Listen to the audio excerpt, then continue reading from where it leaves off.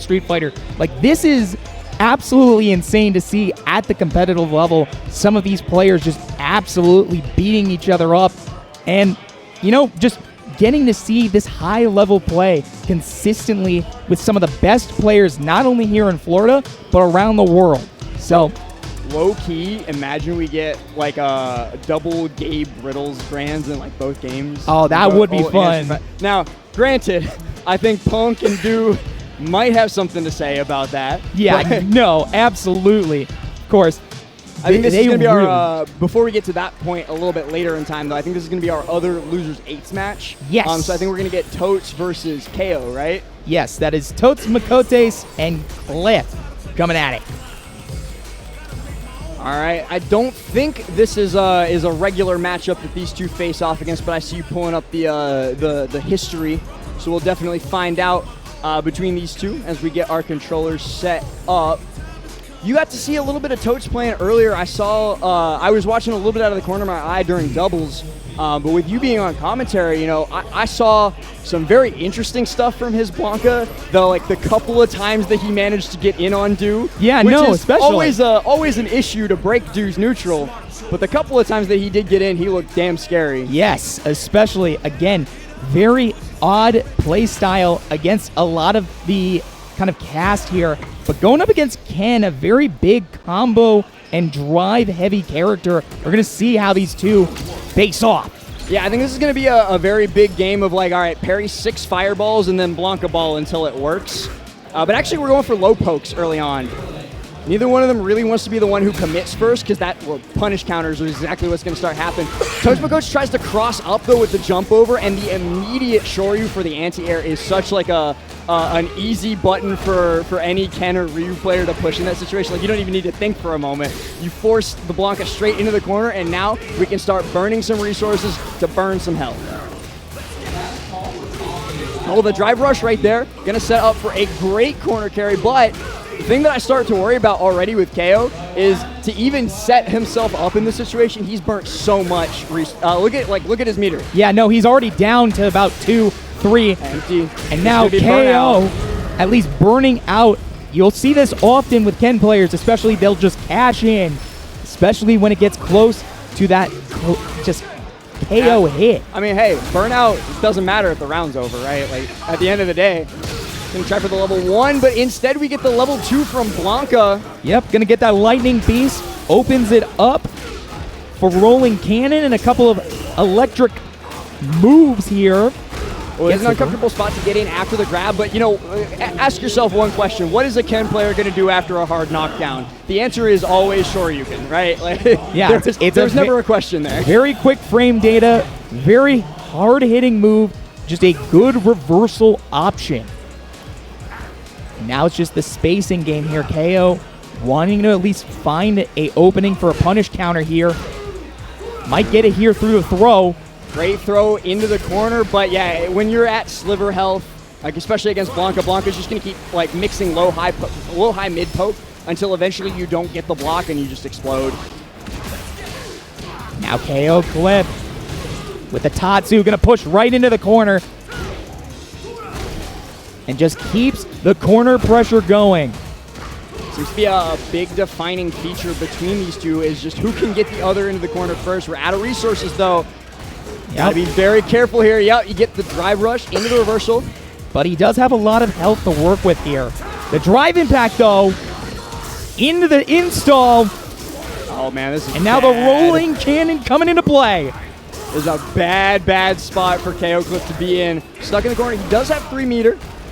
Yep. So he can make use, and he's going to try and make use of it right here at the level 3. I don't know if that's going to be enough to kill, though. Yurepa, just barely gets it. Yeah. That will give KO game 1.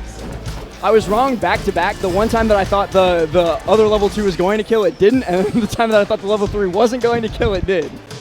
Funny how that all works out in the end. That happens every KO time. Gonna take game 1 here. We move to game 2. Reset to a lot more patience here, a lot more careful neutral between the two. We're going to see a lot of Hadoken early on. Nice little block string. Oh, really good punish counter here. That's going to be a great corner carry off the Tatsu, but we're going to tech the throw, so it's not the end of the world. Gets the throw into the corner now. Not a good spot to be in for Ken, and also in burnout. Ooh, very rough, especially up against the, well, okay, maybe it's not very rough. You just fight out of the corner with a quick grab, but no, you still get caught. That's probably going to be the round right there, especially if you're going to empty out. Not quite. We just need one more hit. Come on, don't let it be you. Now KO.Cliff at least reset with the drive meter. He's going to at least make him pay. He's going to pop a raw level 2 to get out of this. Maybe not. Oh, no. Drive impact, the wall bounce into the stun. And that's going to at least bring it back in KO's favor. What a huge clutch at the end of the round from KO.Cliff. It looked like it was all over, and then it was just like, hey, surprise, I got like a billion resources here. Yeah, don't count Ken out, especially when he gets that drive meter back. He can just use it again, cash out, and just absolutely bring the pain. We're seeing it again now with KO. Cashing out again in the corner. Crit art. Oh, there it all goes. This one's definitely going to kill. Nope. Gets the level 3 Shinryu Rappa. And that will take game 2 here in this set. This is looking real rough for our boy Totes. Got to find some way to get more out of his neutral wins, right? Like, I feel like him and Cliff are getting the same amount of wins in neutral, but every single time Cliff wins, look at this. He gets the Tatsu hard carry into the corner. You barely get to fight out with the reversal, but even then, it's like less than a quarter of the amount of damage that Cliff's doing. You get the punish counter here to get out, though. Yeah, especially for Totes' case here. I think part of the issue here is just finding safe options to go around Ken, because Ken really likes to punish. Go for the punish counters. Parry here. And just goes to town. Yeah, Tatsu into the shore. We're just going to keep you hugging that wall. You guys better be great friends by the end of this set. You might tech this throw, but you're still not getting out of the corner, because every time you go low, I cover low, but we get to slide along the ground into the install. That might be enough in a different universe, but this time around it's still Cliff who's more than ready to get one round away from eliminating TotesMakotes. Yup. And again, now it's just finding one last opening. Totes just needs to survive by any means necessary.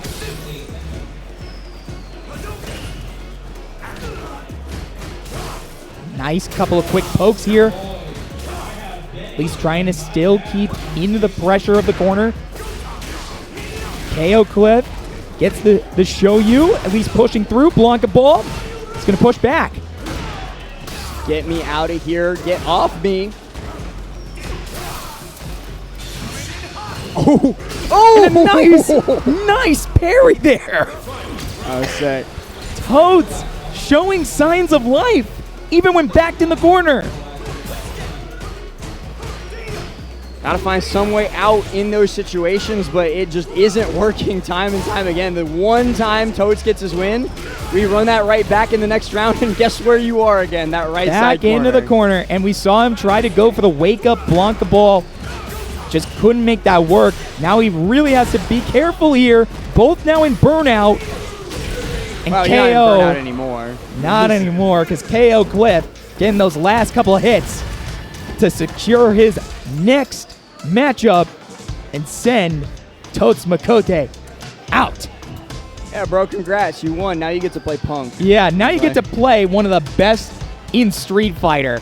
Goodness gracious, best of luck to you, unfortunately for Cliff, because he's going to have a very hard matchup. But again, we did see the upset earlier on with Epic Gabriel, so... It was Punk's Akuma, though. Like, at the end of the day, we can't like put that much stake on it. It's a super local. It wasn't his main character. It's true. It was more of a pocket option. He's got another chance again later in the bracket too. So like, I wouldn't start counting Punk out of anything at any point. Yeah, no. The tournament's over. And again, he's had a lot of experience before as well. We've seen him through multiple tournaments just find his way through, find that groove. Could be here tonight as well.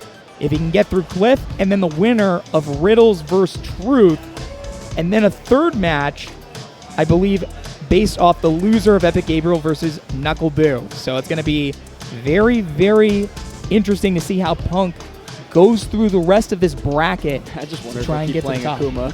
Akuma. if I mean, he's actually committed to the Akuma or not. But No, I mean he pulled it out just for that game too. Yeah, but like Punk just does. I don't even know. He kind of just does whatever, honestly. I don't think he's gonna.